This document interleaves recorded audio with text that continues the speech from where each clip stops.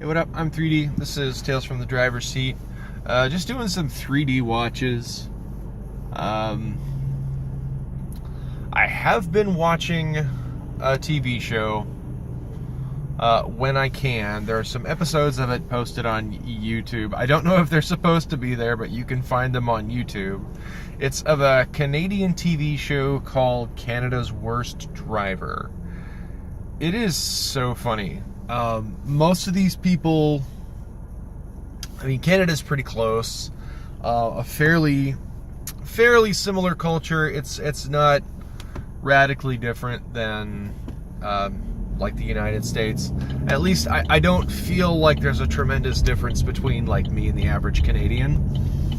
Then again, I do feel like there's a tremendous difference between me and your average American. So that might be a thing. I don't know for sure. I hadn't thought about that before. Now with like people in the UK, I feel like a connection with them, with like the Brits and the Irish, of course. So basically all of the British Isles, I feel a connection with you. If things don't work out here in the US, I will come and visit you, probably permanently. Hopefully not as a refugee, but like hopefully things don't get that bad here, because I do still care a little bit, but like I will come to you, just so you know. You get to have me 3D, and we can hang out and be mates. So Canada's Worst Driver. Some of these guys are like fairly normal. They just happen to be lousy drivers, which in and of itself is pretty funny. I feel like most people are decent drivers. We all have our moments. Like, I can't believe I almost just did that. Like maybe just a lapse in judgment or attenuation. But like, these people are just like legitimately bad drivers. Sometimes it's like a deep underlying psychological issue. Like a dude, like this one guy, he's from a town in Canada that I actually know of because a friend of mine lives there. It's like, by the way, there's a contestant on Canada's Worst Driver. He's from your town, so just so you know, like, this is for real. So I don't know why I did this. Nobody talks on the phone anymore. So he's there. His deep underlying issue is that he had a close call accident a number of years ago. He's like 19, 20, so like 2 or 3 years ago. And it has scared him away from wanting to drive. So it was that bad, yeah. And there's another person, she can't drive on the highway without just hysterically crying. There's another one, gosh, he was like the first to go because he was a superiorly skilled, they weren't honking at me, by the way. He was a superiorly skilled driver. He was just reckless, and they were like, you know what,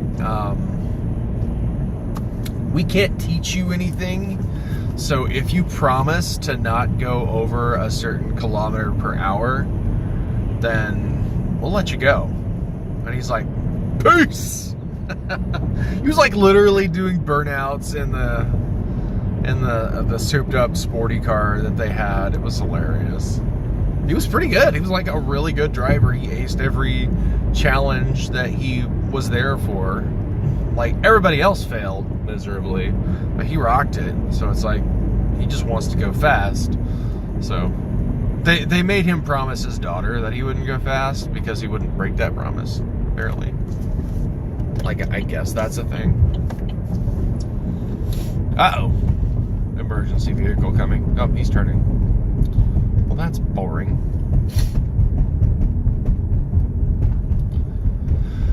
Alright.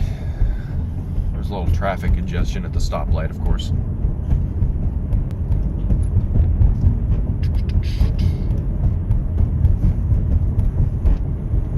And I'm watching these kids to make sure they don't just walk out into the street, because that's the thing that happens. All right, so some of these guys, not all of them, they're usually not from, I wouldn't necessarily call them an older generation, like maybe 10 to 15 years older than I am, so like 40s to 50s, like upper 40s to 50s, but they are just like completely and totally stereotypically quintessentially Canadian.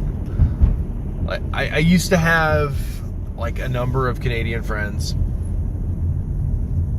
and we would just rip the piss out of each other near constantly. It was, of course, hilarious. Army, huh? Interesting. Veteran. Muskogee Nation Veterans Tag. I've never seen one of those before. Interesting. So yeah, they're just like completely quintessentially Canadian. Like they'll fail this test because they have the person that nominates them there with them, and they're like, somebody was looking at me kind of weird, if you're wondering what that was. I was like, I'm just driving, I don't know what you're talking about. But the person that nominates them rides with them for the challenges, including the high-speed challenges. And it's just so hilarious because they're in there getting whipped around and stuff. And like it's like the outtakes, or not really the outtakes because they're left in, but like the reaction to the failure after the inevitable failure. Turn right onto South Memorial Drive. Jeez, holy crap, that guy was the gingiest. I have never seen a redder head of hair. It's like the sun came out. I was like, holy crap. Just kidding, redheads. You know I love you. Take the next right onto South Memorial Drive. So yeah, I keep building this up and then not going anywhere with it. They come to a screeching halt, and it's like, oh my god, I'm sorry, honey. I almost hit a moose. And it really is. Oh, I need an oil change. Fastest oil change on the planet. I bet you're right. But anyway. I'd have to clean this car out before I took it in for an oil change. I would be embarrassed right now. Just from the amount of stuff that I do in this car. It's all insane. So, I mean, honestly, is this crap really all the way out in Bixby? What the hell am I thinking? Oh well. It's money. So,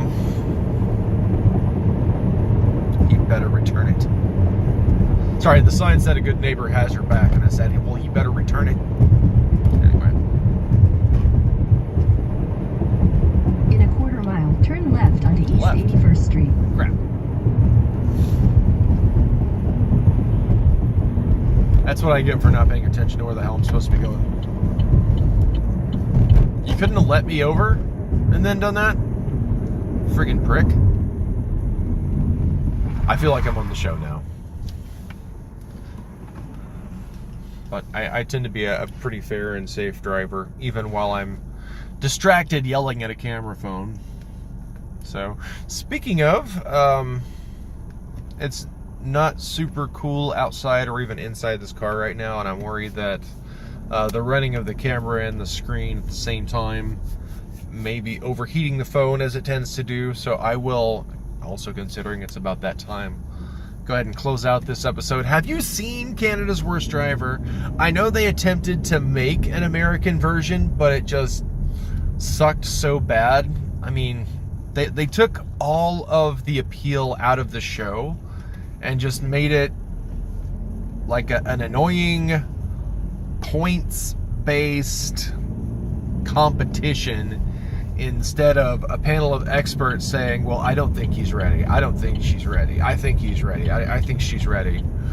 Like, instead of a panel of experts, East 81st Street. they made it a points-based, like, reality game show. And instead, it's just, like, not the spirit of the show at all. It was super lame.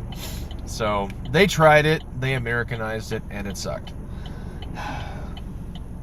Like, that's why we don't have an American version of poutine. It would not work. We would screw it up, and it would suck. But, yeah. Tell me below, have you seen Canada's Worst Driver? What do you think?